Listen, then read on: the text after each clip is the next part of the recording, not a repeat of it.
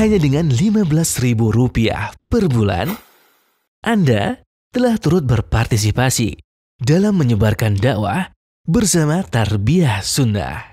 Barakallahu fikum. Bismillahirrahmanirrahim. Assalamualaikum warahmatullahi wabarakatuh. Alhamdulillahilladzi ba'atha fil ummiyina rasulan minhum yatlu alaihim ayatihi wa yuzakkihim wa yu'allimuhumul kitaba wal hikmah wa in kanu min qablu lafi dhalalin mubin. Wa ashhadu an la ilaha illallah al-malikul haqqul mubin wa ashhadu anna Muhammadan abduhu wa rasuluh Sadiqul wa'dil amin. Wassalatu wassalamu ala asyrafil anbiya'i wal mursalin wa ala alihi wa ashabihi ajma'in wa man tabi'ahum bi ihsanin ila yaumiddin wa ba'd. Para pendengar radio Roja Cilengsi, Roja Bogor, Roja Lampung, Roja Palembang, Roja Tanjung Pinang, Roja Pontianak, Roja Berau, Roja Kendari, dan roja-roja di kota lain, para pendengar radio Tarbiyah Sunnah Bandung dan radio-radio lain, pemirsa Roja TV, pemirsa Persada TV, Niaga TV, dan juga TV-TV lain, serta para netizen melalui akun manapun di mana saja Anda berada. Alhamdulillah kembali kita berjumpa melanjutkan kajian khusus muslimah. Kita sudah membahas tentang beberapa bentuk penyimpangan yang banyak dilakukan oleh wanita muslimat. Sebab-sebabnya juga kita sudah, dan langkah antisipasinya, cara pencegahannya juga sudah kita bahas. Sekarang tinggal poin terakhir dari pembahasan ini adalah thamaratu tarki tilkal mukhalafat. Buah manis dari meninggalkan seluruh penyimpangan, seluruh dosa, seluruh kesalahan yang umumnya banyak dilakukan oleh kaum wanita yang bentuknya beragam. Meninggalkan semua itu tidak mudah loh. Amat sangat sulit. Terlebih bagi orang-orang yang memiliki kadar iman yang masih lemah, sementara godaan begitu besar. Bagi para pemuda-pemudi ikhwan akhwat yang baru hijrah, tidak hanya pemuda-pemudi, emak-emak, bapak-bapak juga banyak yang baru hijrah. Meninggalkan kesenangan yang dahulu sempat menjadi dunia baginya itu tidak mudah, amat sangat sulit. Tapi dengan tekad, dengan niat, dengan perjuangan, plus jangan lupa dengan pengorbanan, Allah akan mudahkan semuanya itu. Allah berfirman di dalam Al-Quranul Karim, kata Allah subhanahu wa ta'ala yang memberikan motivasi yang amat sangat besar kepada kita. Kata Allah subhanahu wa ta'ala, siapa orang yang bersungguh-sungguh berjihad di jalannya, lanahdiyannahum subulana. Pasti kami akan tunjukkan jalan-jalan kemudahan dari kami kepada mereka. Jalan-jalan kami ini akan benar-benar Allah subhanahu wa ta'ala tunjukkan. Nah, oleh karena itu ada beberapa stimulan atau iming-iming atau pangbibita atau support bagi orang-orang yang benar-benar ingin meninggalkan seluruh masa kelam yang pernah dilaluinya. Apa saja iming-iming? Iming-iming tersebut berupa buah manis bagi orang-orang yang meninggalkan berbagai macam kebiasaan-kebiasaan buruk di masa lalu. Apa sajakah buah tersebut? Pertama, Allah akan mengganti kesenangan yang kita tinggalkan. Karena Allah dengan kesenangan lain yang jauh lebih baik. Tidak diragukan lagi masa lalu kita yang buruk, yang kelam, itu melahirkan memori kenangan yang indah, manis, susah untuk dilupakan, kesenangan, kegembiraan, kebahagiaan. Iya. Dan rata-rata apa yang Allah larang itu menyenangkan untuk dilakukan. Makanya peminatnya sangat banyak, walaupun harus bayar, walaupun harus capek, lelah. Demi meraih kesenangan, banyak orang melakukannya walaupun dosa, walaupun dilarang. Siapa orang yang mampu meninggalkan itu karena Allah? Karena takut dosa. Karena takut azab dan murka Allah Azza wa Jalla. Maka Allah akan berikan ganti kebahagiaan yang jenisnya lain, tapi jauh lebih baik. Siapa orang yang selama ini merasa terhibur dengan lagu, musik, nyanyian gitu ya, walaupun itu dilarang, diharamkan secara mutlak oleh Al-Quran dan Sunnah. Jangan perhatikan orang yang menganggapnya halal kemudian nyinyir kepada yang mengharamkannya.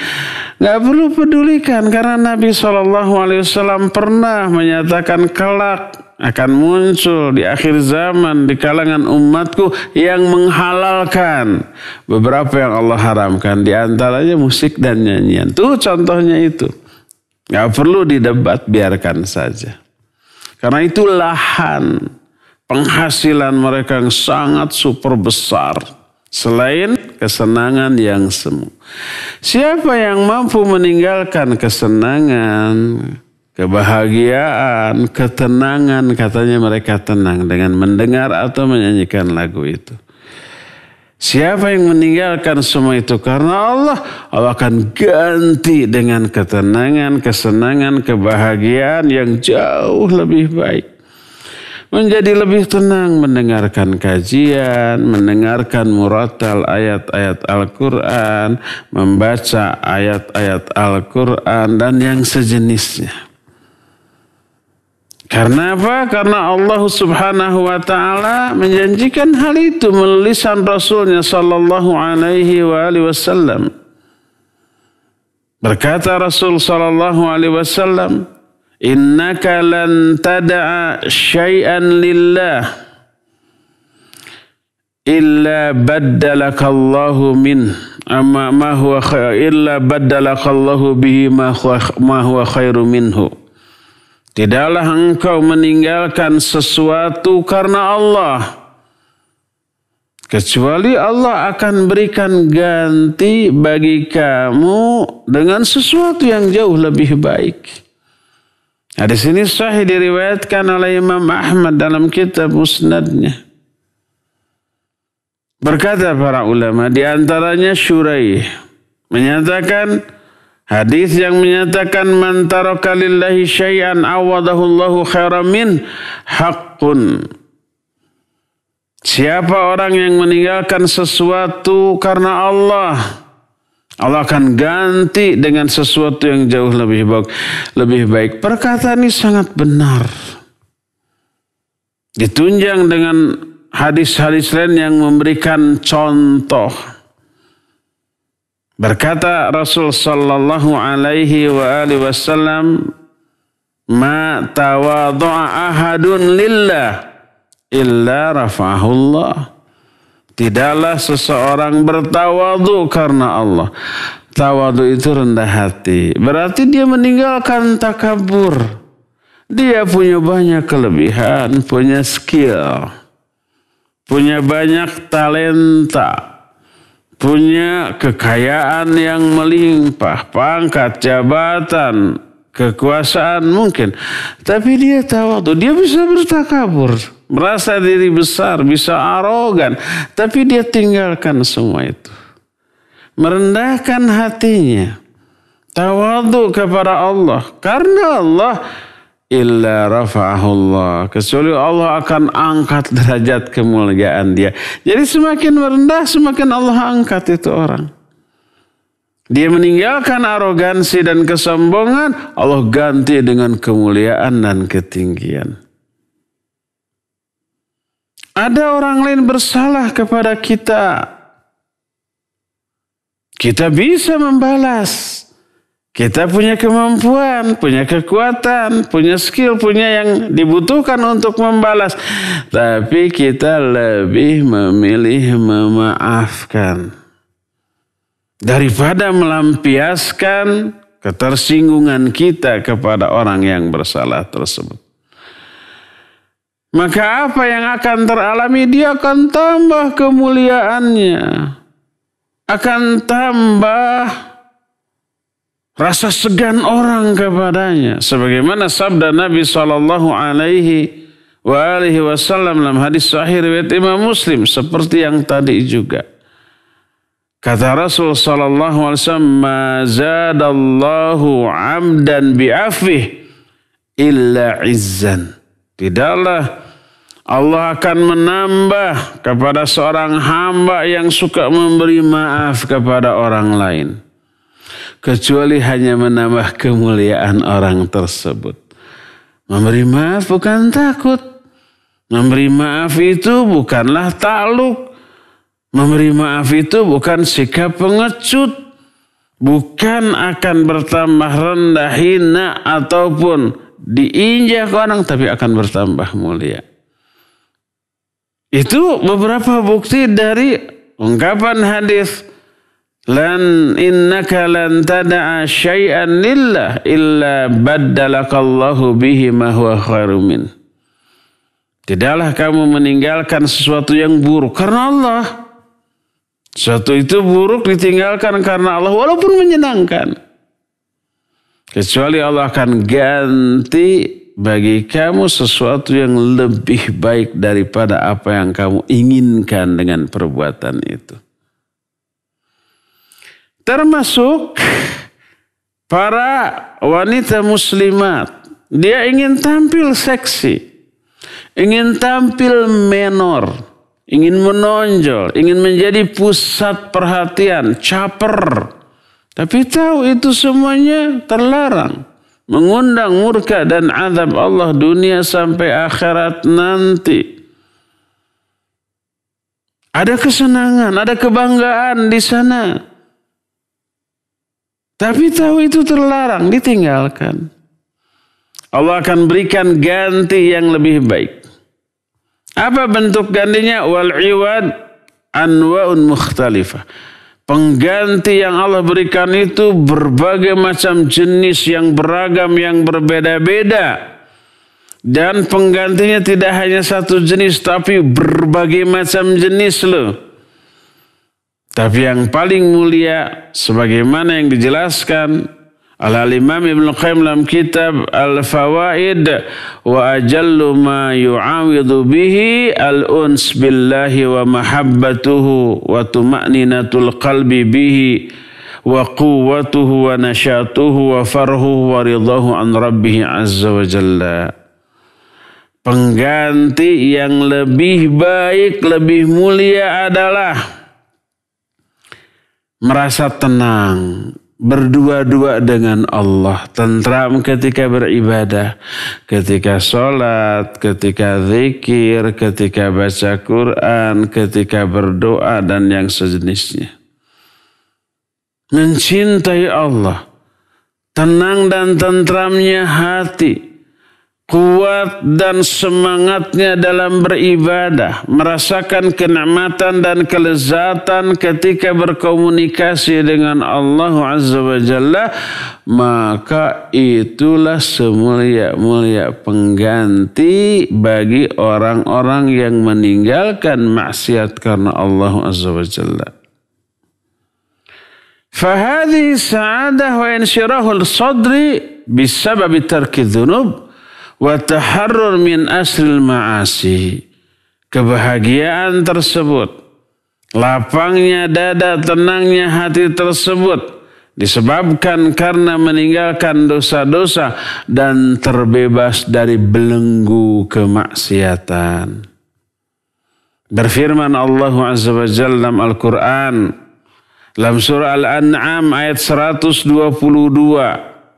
Kata Allah Subhanahu wa ta'ala, "Au man kana mayyitan fa ahyainahu wa ja'alna lahu nuran yamshi bihi fin nasi kaman mathaluhu fidh dhulumat laisa bi kharij minha."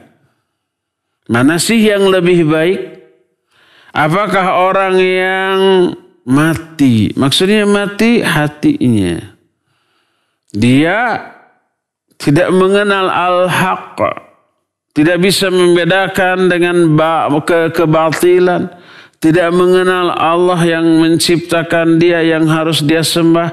Itu orang yang mati. Lalu Allah hidupkan, diberi hidayah. Fahyainahu, kami hidupkan dia. Faja'alna lahu nuran, lalu kami jadikan, kami berikan kepada dia cahaya. Yamshi bihi finnas, dia berjalan dengan cahaya itu di tengah-tengah manusia. Apakah itu yang lebih baik? Ataukah orang-orang yang berjalan di tengah keadaan yang gelap gulita, telunjuk sendiri pun gak kelihatan dan dia tidak bisa keluar dari kondisi seperti itu? Ini pertanyaan retoris, sama enggak? Tentu saja tidak sama. Inilah gambaran hidup orang yang sudah keluar dari dosa, meninggalkan dosa dan maksiat. Allah berikan cahaya yang terang benderang, Allah berikan hidayah, Allah berikan kehidupan yang baik sampai ke akhirat nanti sebagai pengganti dari maksiat yang mereka pernah lakukan di masa yang lalu. Inilah buah manis yang pertama.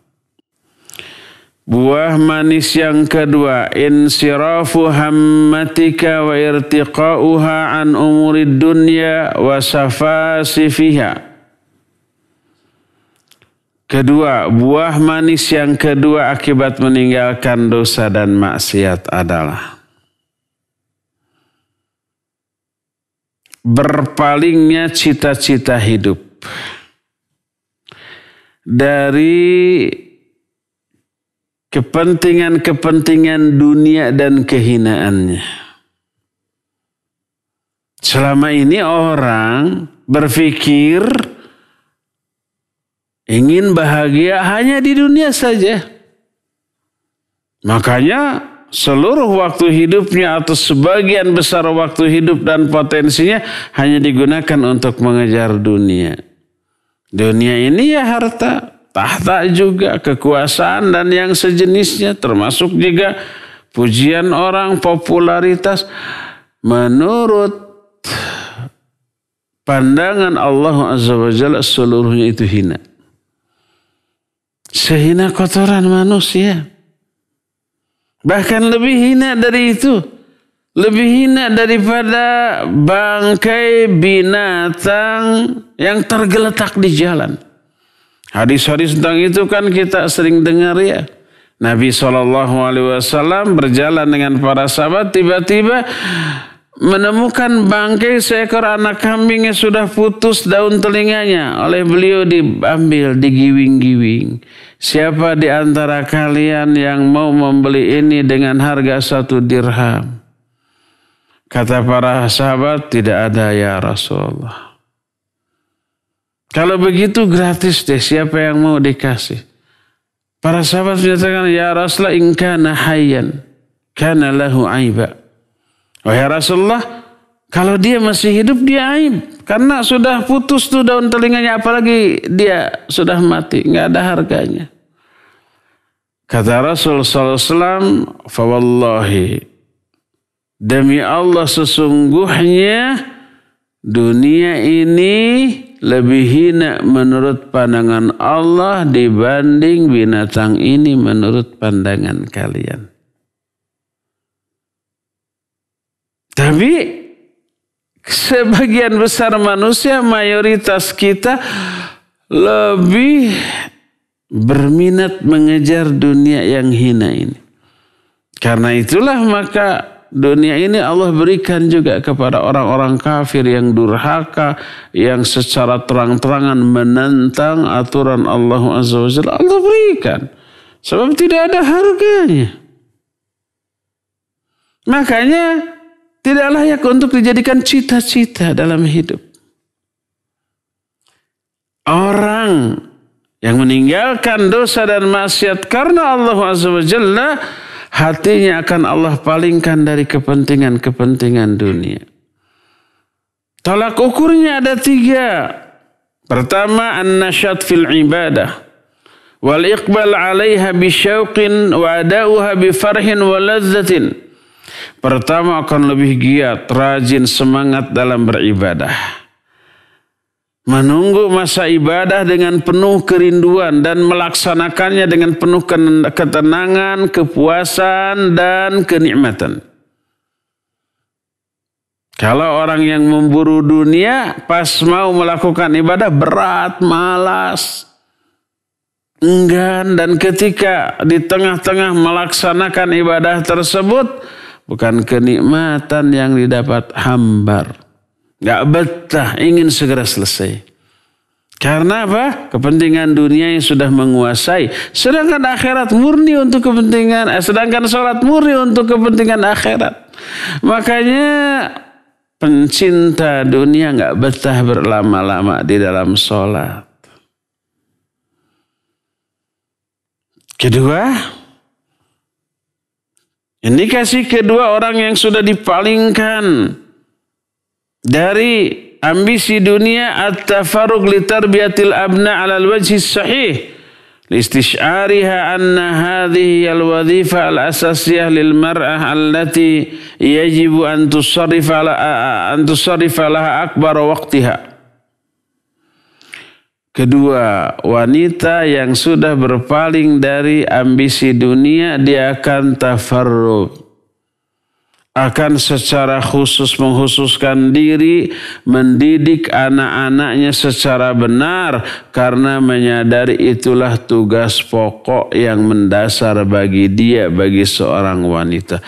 Dia akan mencurahkan segenap kemampuannya, pikirannya, perasaannya, waktunya untuk itu.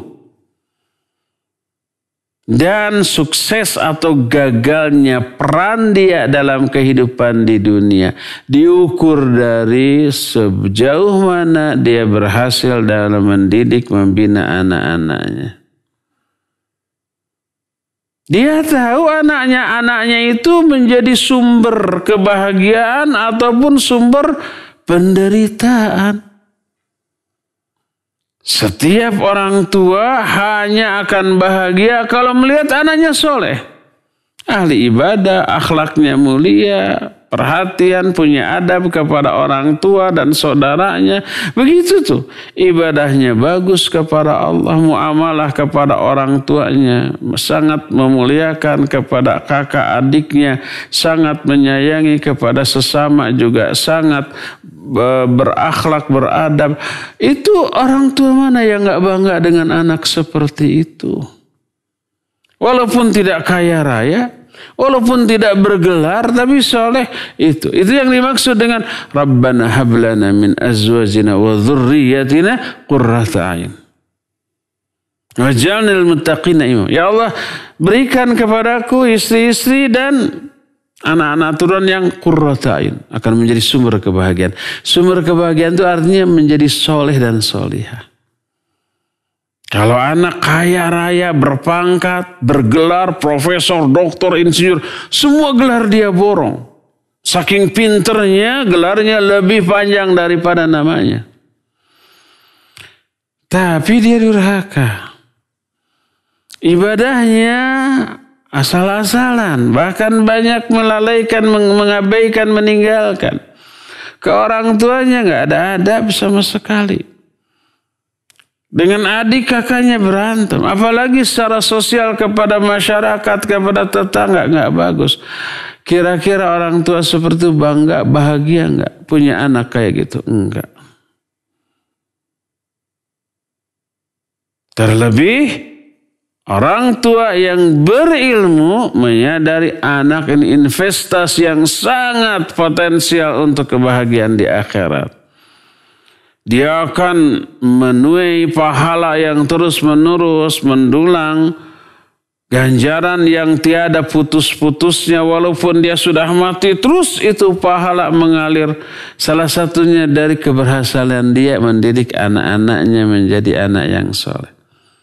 Idza mata ibnu Adam inqata amaluhu illa min thalathin. Kalau anak Adam mati, putus semua amalnya, semua pahalanya kecuali 3. Salah satunya adalah wa waladin sholihin yadullah. Anak soleh yang mendoakan orang tuanya. Ini yang kedua. Indikasi yang kedua, dia akan fokus mendidik, membina anak-anaknya. Indikasi pertama, akan giat dalam beribadah. Kalau orang yang orientasi hidupnya dunia, dia akan mengarahkan anaknya itu supaya kaya raya. Supaya berkuasa. Supaya berpangkat, supaya bergelar, kebanggaan tuh.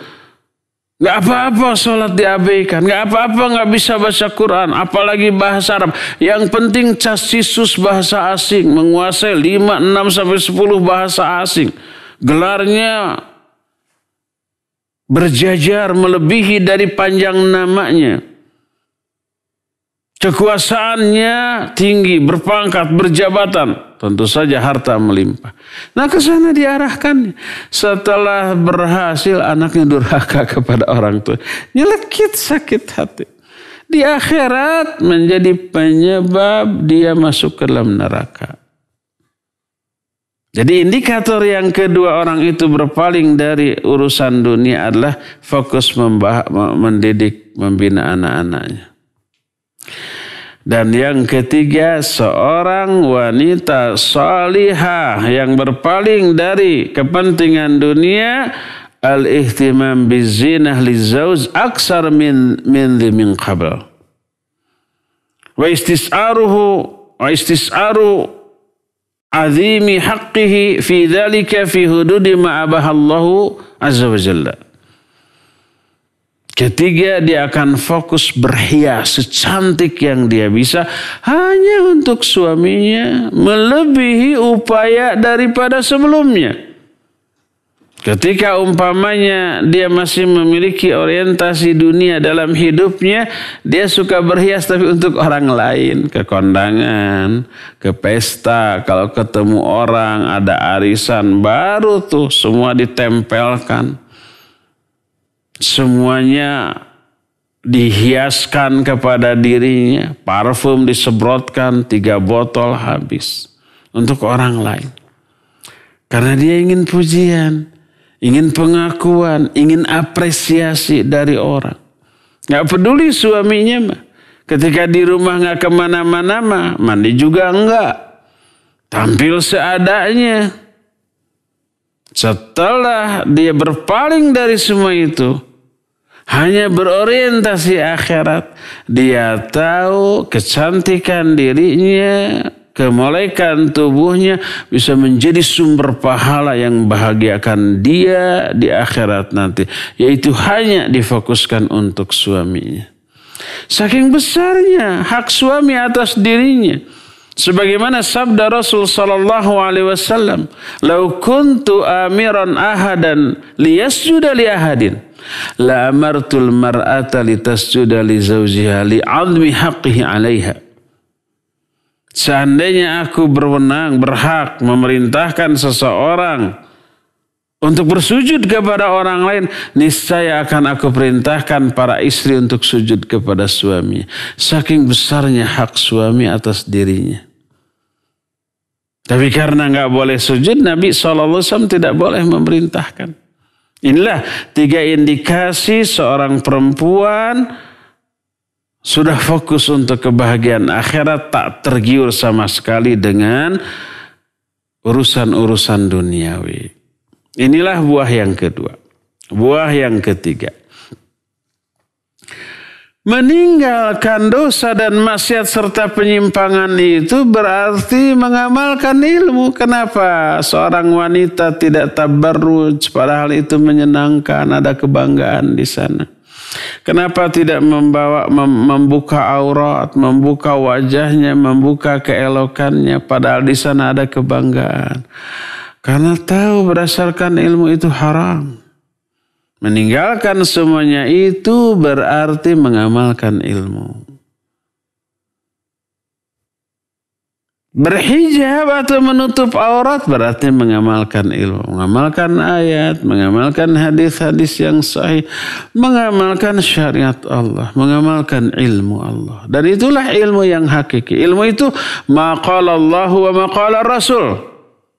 Wa ma siwahuma fahuwal hawa. Ilmu itu apa yang dikatakan oleh Allah dan apa yang dikatakan oleh Rasul.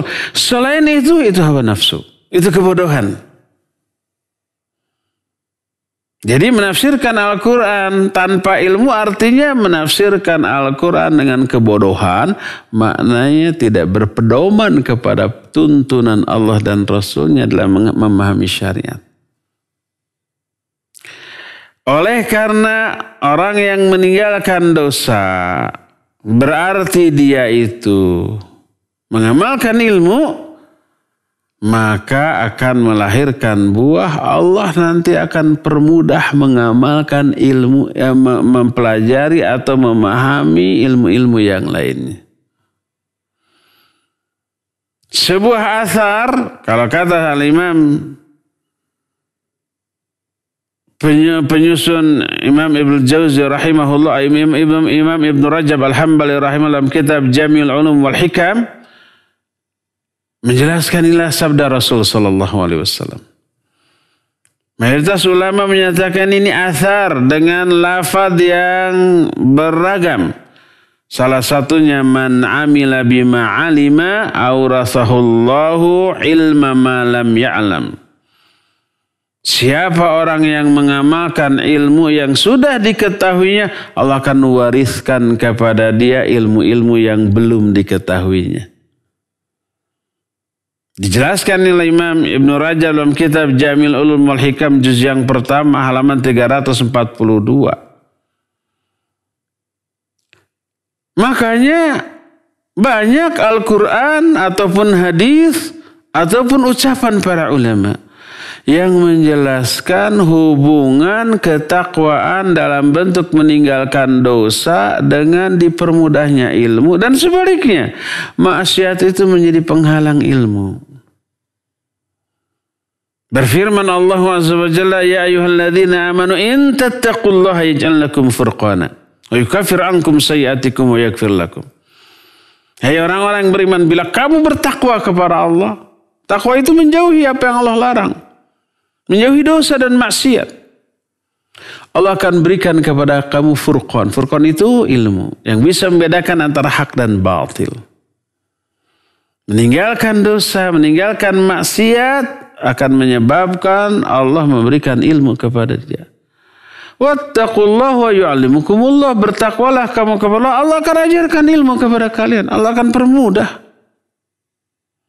Sebaliknya, dosa dan maksiat penghalang. Dari apa? Dari memahami ilmu. Menyebabkan suka lupa. Makanya Ibnu Mas'ud menyatakan, bila seseorang lupa akan ilmu yang pernah difahaminya, aku yakin itu disebabkan karena dosa yang pernah dilakukannya. Berkata Imam Syafi'i, syakautu ila waqi su'a hifdhi. Farshadani ila tarkil ma'asi wa akhbarani bi anna al-ilma nurun wa nurullah la yuhda lil 'asi. Aku curhat kepada Imam Waqi tentang buruknya hafalanku. Beliau lupa kepada sesuatu ilmu yang pernah difahaminya. Lalu Imam Waqi membimbing aku agar aku itu meninggalkan maksiat. Lalu beliau memberitahukan bahwa ilmu itu cahaya. Dan cahaya Allah tidak akan diberikan kepada orang yang maksiat. Jadi menjauhi dosa, menjauhi maksiat, menjauhi penyimpangan, meninggalkan semua kebiasaan buruk akan menyebabkan Allah akan memudahkan kita memahami ilmu. Itu adalah buah yang ketiga. Buah yang keempat, mungkin ini poin terakhir. Dan ini disebut dengan sebutan min atyabis thamar. Ja'ana liyallahu wa iyyakum. Dan ini merupakan buah yang terbaik yang semoga Allah menjadikan kita, saya dan Anda semuanya termasuk golongan ini. Orang yang menjauhi dosa, maksiat, meninggalkan berbagai macam penyimpangan, Allah akan masukkan dia ke dalam golongan para wali Allah yang didekatkan. Orang menjadi wali Allah, kekasih Allah itu karena menjauhi dosa, meninggalkan perbuatan yang mengundang murka dan azab Allah Subhanahu wa taala. Berkata Syekhul Islam Ibn Taimiyah rahimahullah kitab Majmu' Fatawanya. Kata beliau, lam yukrimillahu 'abdahu bi karamatin a'zam min muwafaqatihi fima yuhibbuhu wa yardah. Wa huwa ta'atuhu wa ta'atu rasulih sallallahu alaihi wasallam wa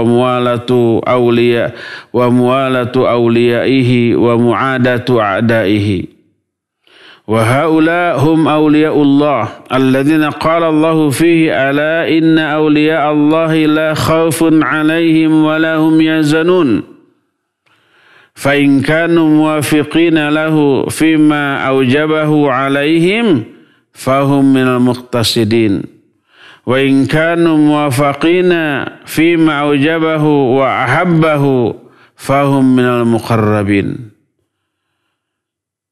Kata Syekhul Islam, tidak pernah Allah memuliakan seorang hamba yang soleh dengan kemuliaan yang lebih agung dibanding diberikan hidayah untuk mengamalkan apa yang Allah cintai dan apa yang Allah ridhai berupa ketaatan kepada Allah, ketaatan kepada Rasulnya. Mencintai para wali-wali Allah, memusuhi musuh-musuh Allah. Merekalah para wali Allah yang Allah terangkan dalam Al-Quran dalam surah Yunus ayat 62. Allah menyatakan, ingatlah bahwa sesungguhnya wali-wali Allah itu tidak akan pernah merasa takut dan tidak akan pernah berduka cita. Jadi kalau seseorang melakukan amal ibadah, Allah berikan karomah kepada dia. Karomahnya itu bukan kesaktian, ilmu kadikjayaan, kebal oleh senjata, tidak mempan dibacok, tidak panas oleh dibakar api, bisa terbang, bisa berjalan di atas, bukan begitu. Karomah yang paling agung yang Allah berikan kepada orang yang Allah cintai adalah taufik dan hidayah. Untuk melakukan amalan yang Allah cintai dan Allah ridhai. Mentaati Allah dan Rasulnya. Mencintai para wali Allah yang lain dan memusuhi musuh-musuh Allah. Merekalah wali-wali Allah yang Allah terangkan dalam Al-Quranul Karim surah Yunus ayat 62 yang tadi. Ada dua jenis atau dua level wali Allah yang diisyaratkan oleh Al-Quran. Kadar kewalian seorang mukmin sangat bergantung ditentukan oleh kadar ketaatan, keimanan, amal soleh yang dia lakukan. Kalau seorang mukmin diberi taufik, diberi hidayah untuk mentaati Allah dalam bentuk hanya melakukan yang wajib-wajib saja, merekalah orang-orang yang disebut dengan sebutan muqtasidin. Kalau seorang hamba yang mukmin diberi hidayah untuk melakukan yang wajib plus yang sunnah, fardu kalaku sunnah kalampah. Yang fardu dilakukan, yang sunnah dilaksanakan. Yang haram ditinggalkan, yang makruh juga, bahkan yang mubah pun kalau nggak ada manfaatnya dihindari. Semua yang dilakukan berkisar hanya wajib sunnah, wajib sunnah. Mereka lah muqarrabun. Thumma awrathna al-kitab alladhina istafayna min ibadina faminhum muqtasidun faminhum zalimun li nafsi wa minhum muqtasidun wa minhum sabiqun bil khairat biidnillah. Kami wariskan kitab Al-Quran ini kepada hamba-hamba pilihan kami. Di antara hamba pilihan kami ini ada yang zalim kepada diri sendiri, itu yang mengabaikan kewajiban, melanggar larangan. Ini golongan pertama, tidak termasuk wali Allah. Wa minhum muqtasidun, yang kedua, golongan di antara mereka ada yang muqtasid. Muqtasid itu simple, sederhana. Hanya melakukan yang wajib-wajib saja. Yang sunnahnya kadang diabaikan. Wa minhum sabiqun bil khairat. Biiznillah. Di antara mereka ada yang berlomba-lomba dalam kebaikan. Inilah yang fardu kalaku sunnah kalampah tadi. Yang fardu dilakukan, yang sunnah dilaksanakan. Dan inilah yang oleh Allah diterangkan dalam surah Al-Waqiah ayat 88 sampai 89. Fa amma in kana minal muqarrabin farauhun wa rauhanun wa jannatu na'im. Adapun kalau dia termasuk golongan muqarrabun, dia akan memperoleh farauhun, kenyamanan, ketenangan, ketentraman, keteduhan, kesejukan, kebahagiaan. Waraihanun, dan buah-buahan, makanan yang lezat melimpah. Wa jannatun na'im, dan surga yang penuh kenikmatan. Dan ini akan Allah berikan kepada orang yang meninggalkan dosa, maksiat, penyimpangan karena Allah Azza wa Jalla. Inilah beberapa di antara buah dari meninggalkan dosa dan maksiat. Ini bukan hasr, bukan hanya 4 poin saja, banyak poin lain, tetapi yang penting untuk kita ketahui dan bisa memberikan motivasi dan support kepada kita untuk meninggalkan dosa dan maksiat, di antara 4 poin tadi cukup memberikan support yang besar bagi kita semua, ya. Cukup sampai di sini saja kajian kita, dan kita sekarang masuki sesi tanya jawab. Mohon maaf, tanya jawab ini hanya interaksi dengan para pendengar radio Tarbiyah Sunnah saja, baik radio ataupun channelnya. Adapun yang merelay melalui Radio Roja Cilengsi, maka mungkin tidak bisa mengikuti sesi tanya jawab ini. Dipersilakan bagi yang ingin mengikuti dengan menghubungi nomor telepon dan HP WhatsApp Radio Tarbiyah Sunnah Bandung, ya. Wassallallahu ala nabiyina Muhammadin wa ala alihi wa wasallam. Silakan. Nah, syukran Ustaz atas materi yang telah disampaikan, ilmu yang sangat bermanfaat dan pengetahuan yang juga berguna bagi kita semua. Ikhwatul iman azanallahu wa iyyakum, para pendengar dan juga pemirsa. Sekarang kita buka sesi tanya jawab. Kami persilakan bagi antum yang akan bertanya secara langsung kepada Al-Ustaz, bisa menghubungi kami di nomor telepon 022 86862637 atau melalui pesan singkat di nomor 081122771476. Kami silakan yang akan menelpon di nomor 022. Ada telepon yang masuk, kita angkat. Halo. Assalamualaikum warahmatullahi wabarakatuh. Waalaikumsalam warahmatullahi wabarakatuh. Silakan Pak Mulyono. Ya, dengan tema buah menjauhi maksiat. Yang kami tanyakan yaitu kiat-kiat apa supaya kita tuh betul-betul bisa menjauhi maksiat. Karena sekarang ini banyak yang mengganggu untuk keimanan kita. Sekian, assalamualaikum warahmatullahi wabarakatuh. Waalaikumsalam warahmatullahi wabarakatuh. Iya, Pak Mulyono di Margahayu Raya, Bandung. Barakallahu fiik. Ini kajian akhwat yang muncul Pak Mulyono. Mungkin disuruh ibunya ya, maksudnya istrinya. Bagaimana kiat-kiat menjauhi maksiat? Itu yang sudah kita terangkan di beberapa pertemuan sebelumnya. Kita review ya. Kita kaji ulang nggak masalah. Resumenya saja. Agar kita bisa meninggalkan dosa dan maksiat adalah tentu saja tingkatkan keimanan. Tauhid ya. Caranya gimana? Banyak. Di antaranya mempelajari ilmu. Karena ilmu hidayah. Ilmu itu meningkatkan iman. Maksudnya ilmu syar'i. Ilmu tentang syariat ini. Ilmu tentang tauhid, ilmu akidah, ilmu tentang ibadah, ilmu tentang akhlak, ilmu tentang tazkiyatun nufus atau hati. Apa yang kita sedang lakukan ini adalah kajian ilmu yang insya Allah menambah ilmu, menambah iman, menambah filter kita dan benteng kita dari godaan dosa dan kemaksiatan. Cari ilmu ya, tingkatkan iman. Kedua, jangan lupa berdoa kepada Allah, minta hidayah, minta perlindungan, minta dijauhkan dari dosa dan maksiat. Jangankan kita tuh. Nabi Muhammad SAW pun banyak sering berdoa minta hidayah. Di antara yang diajarkan oleh beliau kepada kita, Allahumma inni as'aluka fi'lal khairat wa tarkal munkarat wa hubbal masakin wa an taghfirali wa tarhamani wa idza aradta fitnata qaumin fatawaffani ghaira maftun. Ya Allah, sungguhnya aku minta kepada Engkau hidayah untuk melakukan berbagai macam kebaikan, meninggalkan berbagai macam keburukan, kemungkaran, dan menjadikan aku sebagai orang-orang yang mencintai orang-orang miskin.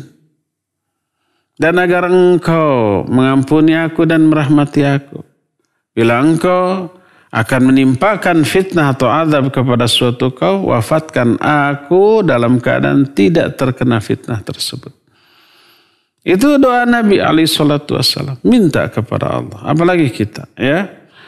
Ini minta agar hati kita dibersihkan. Sebab sumber segala amalan ataupun ucapan ini dari hati. Hati baik yang keluar ucapan atau perbuatan baik.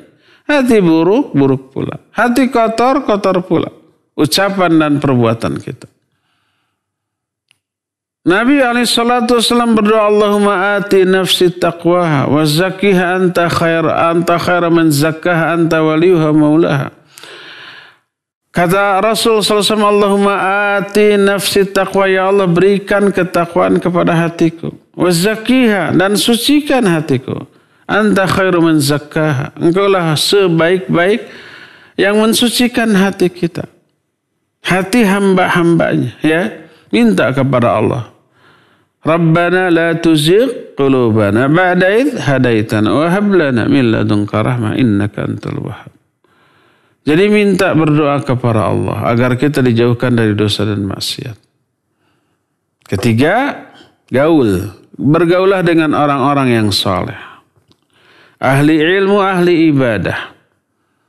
Agar kita kecipratan ke bawah-bawah. Kalau bergaul dengan orang-orang soleh, pas kita terjerumus diingatkan dengan sebaik-baik cara. Kalau kita lalai, kita akan disupport, diberikan semangat. Dibimbing, akan terbawa. Dan jauhi pergaulan dengan orang-orang yang akan menyeret kita kepada keburukan. Sering saya ungkap satu peribahasa dalam bahasa Arab. As-sahib sahib. Sahabat ini sahib. Sahib ini artinya yang menyeret kita. Menyeret ke arah dia. Ke arah sahabat kita.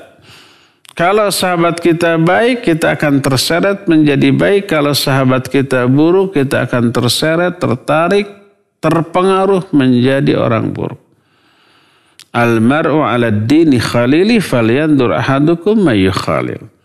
Seorang itu agamanya dipengaruhi oleh agama kawannya. Maka hendaklah dia memperhatikan dengan siapa dia berkawan. Itu di dunianya. Di akhiratnya kita akan bareng dengan kawan yang kita cintai dan mencintai kita. Al-maru ma'man ahabba. Seseorang itu akan bersama-sama dengan orang yang dicintai. Itu sampai ke akhirat. Kalau yang kita cintai, yang kita sayangi, kita akrab, kita bersahabat, bersaudara dengan orang-orang yang dimurkai oleh Allah, durhaka, sampai akhir hayat, sampai ke akhirat kita akan bersama-sama dengan orang itu, waliyadzubillah. Orang itu di akhirat di mana? Di dalam neraka karena kedurhakaan. Kita akan terseret, waliyadzubillah, ya. Ini diantara beberapa kiat agar kita terhindar, terjauhkan dari dosa dan maksiat. Allahu a'lam. Silakan. Syukran Ustaz atas jawaban dan sarannya dan yang sangat bermanfaat bagi kita semua. Dan untuk selanjutnya kami silakan bagi penelpon yang berikutnya yang akan bertanya secara langsung kepada Ustaz bisa menghubungi kami dengan nomor telepon 02286862637. Baik, kita bacakan terlebih dahulu ya pertanyaan yang datang melalui pesan singkat yang datang dari seorang ibu di Setiabudi, dari hamba Allah di Cipaku Setiabudi. Ustadz, apa hubungan antara ilmu yang tidak berkah dengan ilmu yang cepat lupa dikarenakan dosa? Syukran jazakumullahu khairan. Barakallahu fiik. Barakallahu fiik, ibu yang di Setiabudi. Apa perbedaannya ilmu yang tidak barokah dengan ilmu yang cepat lupa karena dosa? Ilmu yang tidak barokah adalah ilmu yang tidak bermanfaat.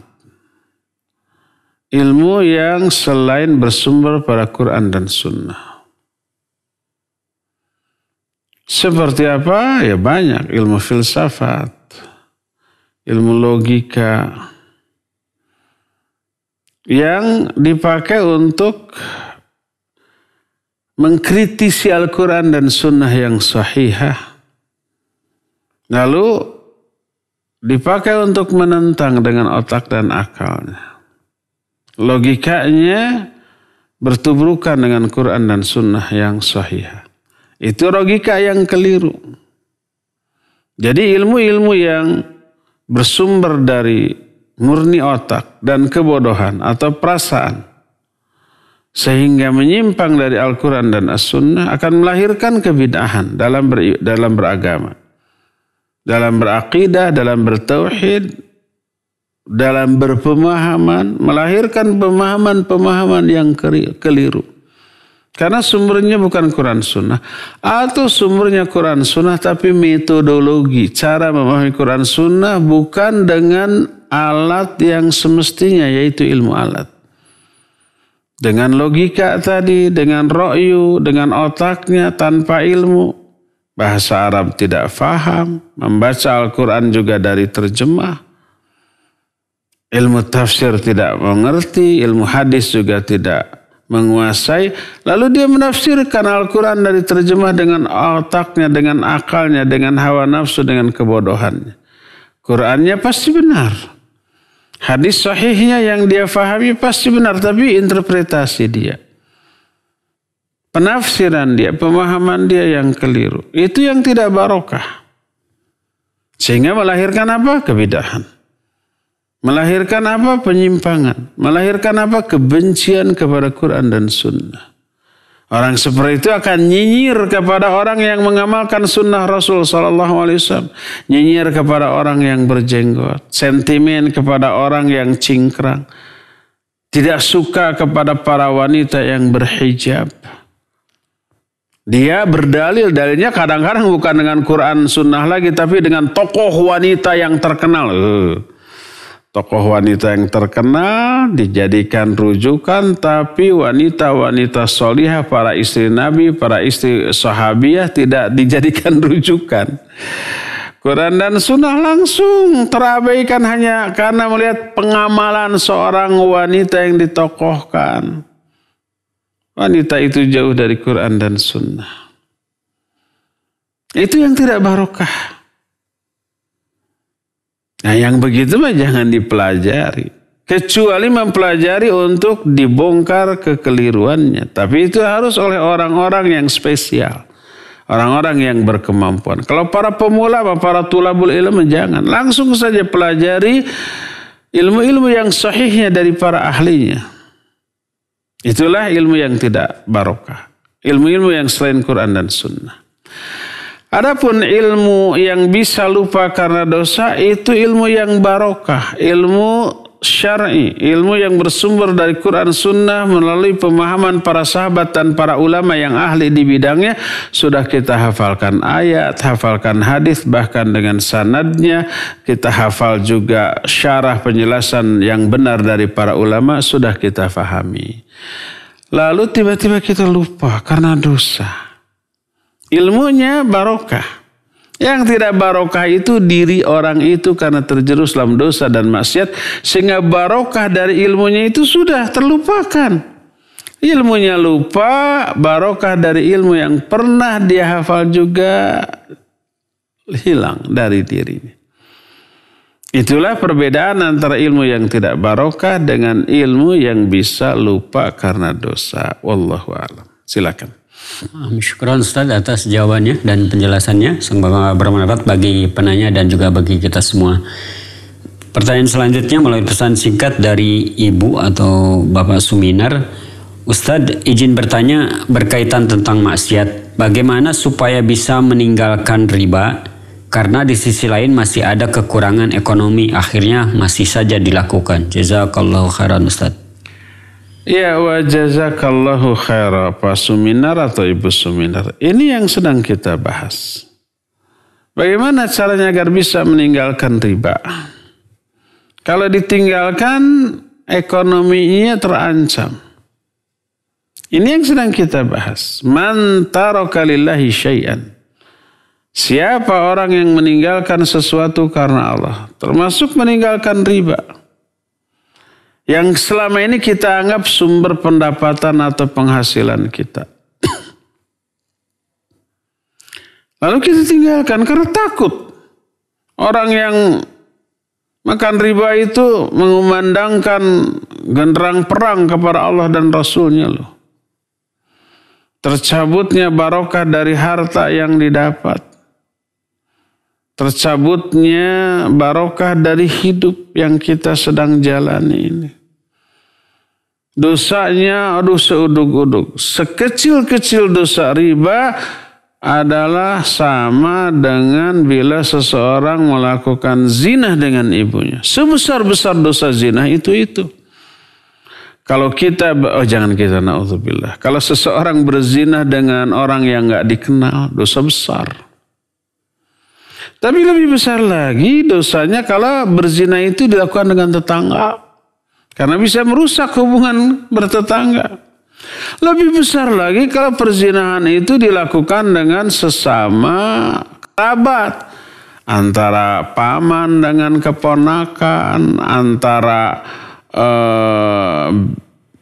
bibi dengan keponakan juga gitu ya. Lebih besar lagi kalau antara adik dengan kakak. Dan yang terbesar antara ayah dengan putri atau ibu dengan anaknya. Sebesar-besar dosa zina. Nah, besarnya dosa zina terbesar itu sebanding dengan dosa terkecil dari riba. Na'udzubillah. Oleh karena itulah maka keharaman itu bingit loh. Wajib kita, siapapun merasa takut dengan hal itu. Tinggalkan itu semua karena Allah. Allah jamin. Akan Allah ganti dengan yang lebih baik daripada apa yang dia tinggalkan. Kalau dengan riba selama ini umpamanya setiap bulan kita dapat 10 juta umpamanya, dan itu mencukupi. Lalu kita yakin itu dosa, kita tinggalkan. Mungkin sebulan 2 bulan Allah uji bener gak ini? Siap berkorban, siap menderita enggak dengan meninggalkan dosa dari ribanya itu sebulan 2 bulan. Tipis tuh maktab selama ini makan tabungan. Cari kerja ke sana kemari sebagai pengganti susah. Nunggu-nunggu janji Allah mana ganti yang lebih baik. Sampai tabungan habis. Sempat merasakan kesulitan ekonomi. Sempat merasakan gak punya apa-apa yang bisa dimakan di rumah. Sempat merasakan harus jual barang-barang yang berharga seperti emasnya, seperti kulkas dan seterusnya mungkin. Tapi yakinlah Allah itu tidak akan pernah mengingkari janjinya. Innallaha la yukhliful mi'ad. Allah enggak pernah ingkar janji. Siapa yang meninggalkan sesuatu karena Allah, akan Allah ganti dengan yang lebih baik. Tak akan berapa lama setelah itu Allah akan tunaikan janjinya. Maka akan kembalilah semua barang yang pernah kita jual dengan yang lebih baik. Penghasilan dari riba yang dulu hanya 10 juta sekarang bisa berlipat 100 juta. Dan seterusnya dan seterusnya. Mentalnya diuji, fisiknya diuji, perasaan pikirannya juga diuji. Saya kan pernah cerita ya, dulu saya ada kajian di Jakarta rutin di sebuah gedung. Gedung itu ada banyak kantor, puluhan kantor, di antaranya ada bank juga. Ada masjidnya, saya diundang ke sana rutin. Entah sebulan sekali, entah sepekan sekali ya ke Jakarta. Dulu beberapa tahun yang lalu. Begitu masuk gedung itu ya nyaman dalam gedung. Pas masuk ke masjid, di depan pintu masjid itu di pinggirnya ada yang jualan. Parfum jualan, peci jualan. Habis pokoknya jualan yang kayak gitulah. Ramah menyapa saya. Kemudian setelah beres ngisi, ikhwan panitia di tengah jalan nganter itu, nah Ustadz tahu nggak? Lihat nggak tadi ada yang jualan di sana? Iya, tahu nggak siapa? Enggak, itu dulu manajer bank. Banknya ada di sana, di kantor itu, di perkantoran itu ada bank, manajer bank. Gajinya ya jangan ditanya loh. Di atas 30 jutaan per bulan gitu. Setelah ngaji dia keluar. Fasilitas, gaji dan seterusnya. Ditinggalkan. Demi iman, demi akidah, demi Allah Azza wa Jalla. Itu sudah berbulan-bulan. Mencari kerja ke sana kamari nggak dapat tuh. Sampai akhirnya untuk menutupi kebutuhannya jualan. Dia minta izin ke pengelola di sana karena dia waktu jadi manajer itu baik ya diizinkan. Berjualan di sana. Bayangkan biasa 30 juta itu mungkin gaji pokok dengan yang lain-lain bisa lebih gitu ya. Nah, sekarang harus menghasilkan sedikit, kadang laku kadang tidak. Lakunya juga nggak seberapa kan gitu ya. Gitu tuh. Setiap pekan ke sana ketemu salaman ini orang. Kita doakan semoga disabarkan, semoga ditabahkan, semoga diistiqomahkan gitu. Saya bilang ke Iwan borong tuh beli-beli. Ya kita juga membeli. Alhamdulillah borong tuh beli-beli gitu. Walaupun kita nggak butuh beli, bagikan kepada orang yang butuh. Alhamdulillah. Sampai setelah beberapa bulan hilang, tidak ada. Itu kenapa nggak jualan lagi? Saya tanya tuh. Kenapa nggak jualan lagi orang itu? Apa dilarang? Bukan Ustadz. Alhamdulillah dia meninggalkan dan ditawari oleh staf ahli sebuah perusahaan swasta. Wah gajinya lebih gede daripada waktu dia menjadi manajer di sebuah bank konvensional ya. Jadi setelah 8 bulan lah kira-kira. Dari mulai dia resign sampai dapat lagi pekerjaan yang jauh lebih baik, yang halal dengan posisi yang lebih tinggi. Dengan gaji yang lebih besar. Allah tidak akan pernah ingkar janji. Ya, demikian Bapak atau Ibu yang bertanya tadi. Wallahu a'lam bishawab. Terakhir ya. Nah, syukur Ustaz atas jawabannya. Pertanyaan terakhir ada juga tentang ini. Semoga Allah Ta'ala merahmati Ustadz. Semoga Allah mengampuni dosa-dosa kita dan seluruh umat Islam di dunia ini. Allahumma amin ya rabbal alamin. Ustadz Afan mau tanya, bagaimana menyikapi keluarga yang benci terhadap orang soleh, bahkan berkata-kata yang sangat tidak pantas? Bagaimana hubungannya dengan surat Yunus ayat 62 dan 63 dan hadis tentang jangan memusuhi wali Allah? Jazakumullahu khairan wa barakallahu fikum. Iya, wa jazakallahu khairan wa fika barakallah. Taib.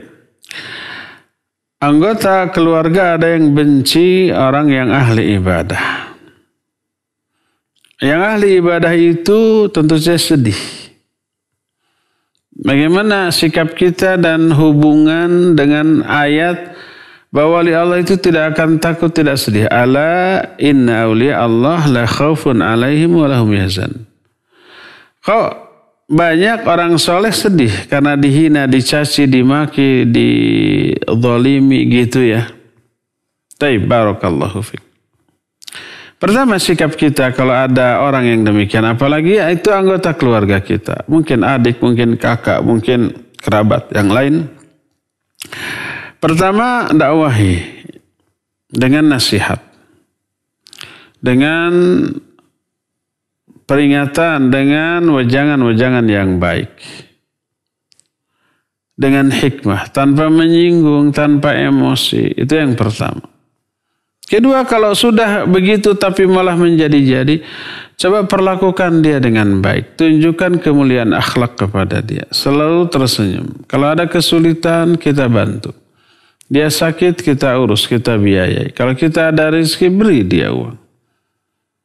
Itu dakwah. Disebut dakwah bil hal. Walaysa dakwah bil maqal. Ada dua jenis dakwah. Dakwah bil hal, dakwah bil maqal, dakwah bil hal. Dakwah bil maqal itu dakwah dengan ucapan, bil hal itu dengan anggota perbuatan. Hanya dengan menunjukkan kemuliaan akhlak, hati orang bisa luluh. Minimal luluhnya itu tidak akan lagi menyakiti kita kalau kita memperlakukan dia dengan sebaik-baiknya. Allah berfirman, idfa' billati hi ahsan. Fa idzal ladzi bainaka wa bainahu adawah ka'annahu waliyyun hamim. Balas keburukan itu dengan kebaikan. Maka orang yang antara kamu dengan dia tadinya ada permusuhan akan berubah menjadi teman yang sangat akrab. Dia akan malu loh. Dia jahat ke kita, kita balas dengan kebaikan, akan malu. Minimal tidak akan jahat lagi. Walaupun belum tentu akan menyayangi, mencintai, mendukung kita, tapi minimal nggak akan jahat lagi. Dan itu dakwah yang lebih efektif daripada dakwah dengan ucapan, dengan nasihat, dengan lisan. Ya, jangan lupa doakan. Itulah yang harus kita lakukan. Nah, kalau umpamanya kok kita ternyata masih sedih, bukankah Allah menyatakan ala inna awliya Allahi la khaufun alaihim wa lahum yahzanun? Ingatlah bahwa wali-wali Allah itu tidak akan pernah takut dan tidak akan pernah sedih. Penjelasan para ulama beragam. Pertama yang dimaksud ini di akhirat setelah kematiannya. Di alam kubur sampai ke akhirat tidak akan ada lagi rasa takut, tidak akan ada lagi rasa sedih karena rasa takut dan sedih itu sudah kenyang dialami ketika di dunia. Di dunia ya mengalami rasa takut. Jangankan kita, para nabi pun merasakan ketakutan. Allah yang menerangkan Nabi Musa takut setelah dia menonjok kaumnya Fir'aun sampai mati, dia kabur dipenuhi rasa takut.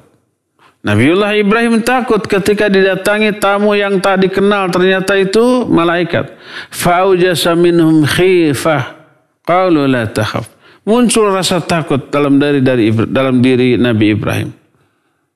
Karena si tamu tersebut yang tidak dikenal disuguhi dengan suguhan yang menggiurkan tapi ya disentuh sedikit pun. Fa'aujasa minhum khifah. Muncul rasa takut. Jadi rasa takut tersebut selalu ada. Tidak hanya oleh orang biasa, juga dirasakan oleh para nabi alaihimussalatu wassalam. Apalagi di bawah para nabi, para ulama, para duat, para da'i, para asatid. Ada rasa takut dan sedih ya, seringlah. Ada yang mengancam, ada yang membuli, ada yang... Kalau dulu namanya surat kaleng, kalau sekarang SMS kaleng atau WA kaleng. Namanya tidak ada, pokoknya gitu. Mencela, mencaci, maki, wah berbagai macam. Semua ustaz itu pernah merasakan itu. Dan akan terus. Makanya kalau umpamanya ada orang yang baru hijrah kemudian dibuli oleh orang-orang yang dahulu menjadi orang terdekat, sekarang dibuli, jangan cemen lalu curhat ke Ustadz. Ustadz saya gini-gini. Ustadz hanya dalam hati, dulu saya jauh lebih dari itu. Seperti itu. Tapi nggak diungkapkan. Tetap sabar, istiqamah, tegar, pahalanya gede dan dosa yang gugur juga banyak. Itu tetaplah berdoa kepada Allah, tetaplah teguh setangguh batu karang. Kalau begitu, ya. Jadi di dunia sudah kenyang dengan rasa takut dan dengan rasa sedih, tapi begitu berakhir ini kehidupan, masuk ke alam lain, mulai alam barzah sampai hari kiamat, nggak ada lagi rasa takut, nggak ada lagi rasa sedih, rasa duka cita.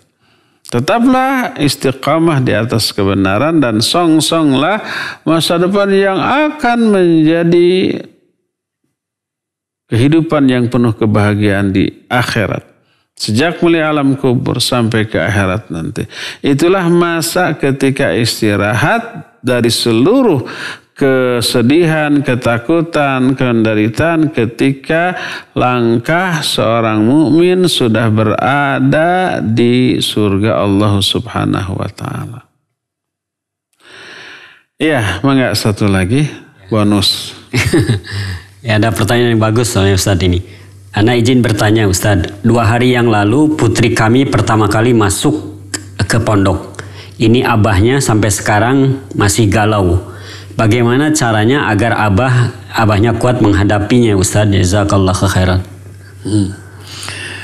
Iya, barakallahu fiik. Ada anaknya masuk pondok, anaknya ceria, nggak apa-apa. Tapi ayah ibunya meraung-raung.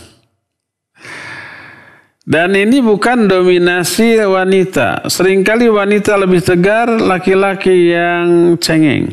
Dan tidak hanya orang sipil, tentara juga ada yang nangis itu.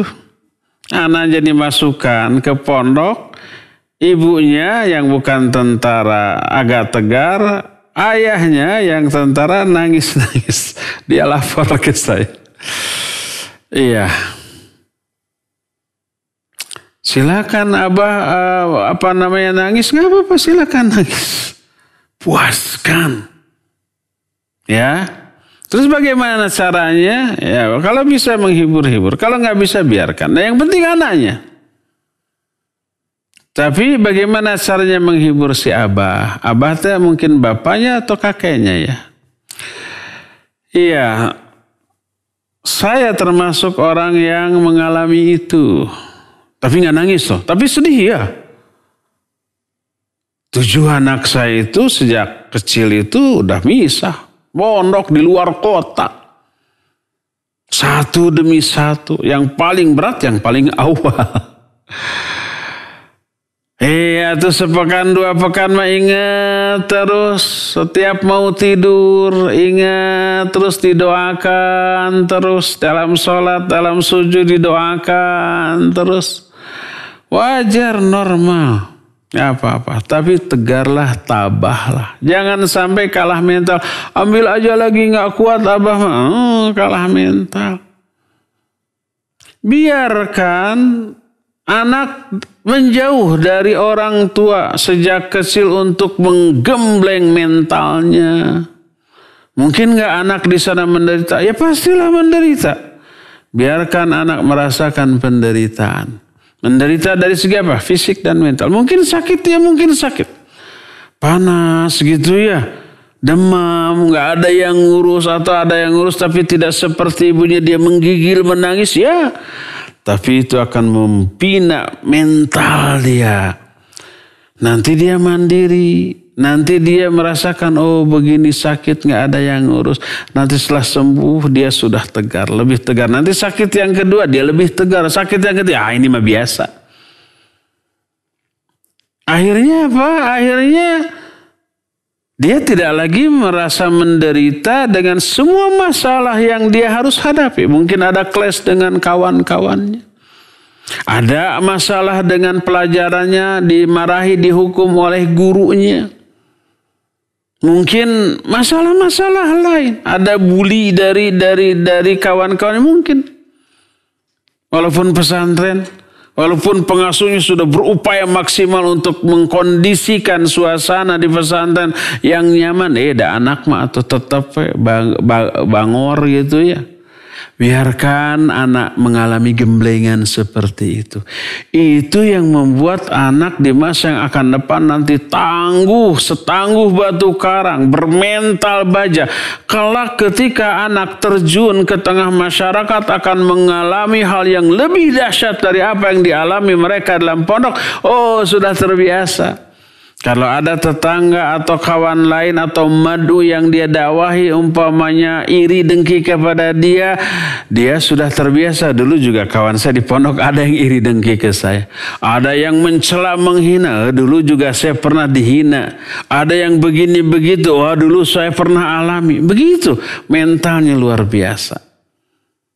Sebaliknya, kalau si anak terus dengan orang tua, dia cemen, cengeng, manja. Mentalnya lemah rapuh. Begitu ada masalah secara sosial dengan temannya, dengan masyarakatnya, kelak dia akan tumbang. Bersabarlah di awal setiap perjuangan. Di awal setiap perjuangan. Itu yang paling berat tuh.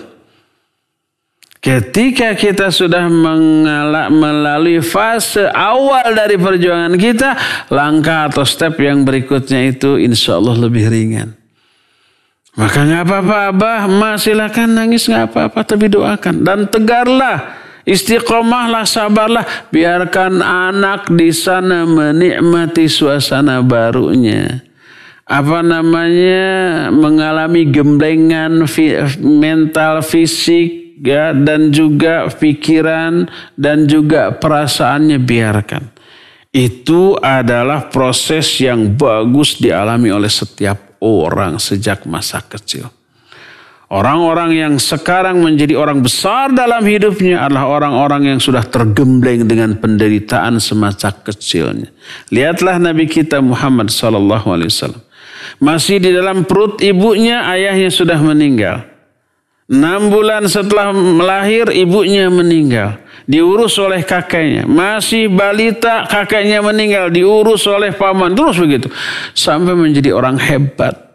Ya, begitulah jalan hidup, perjalanan hidup orang-orang besar selalu diisi dengan penuh perjuangan, penderitaan, pengorbanan, tangis air mata dan cucuran keringat di masa-masa mudanya. Kelak orang ini akan menjadi orang hebat, ya.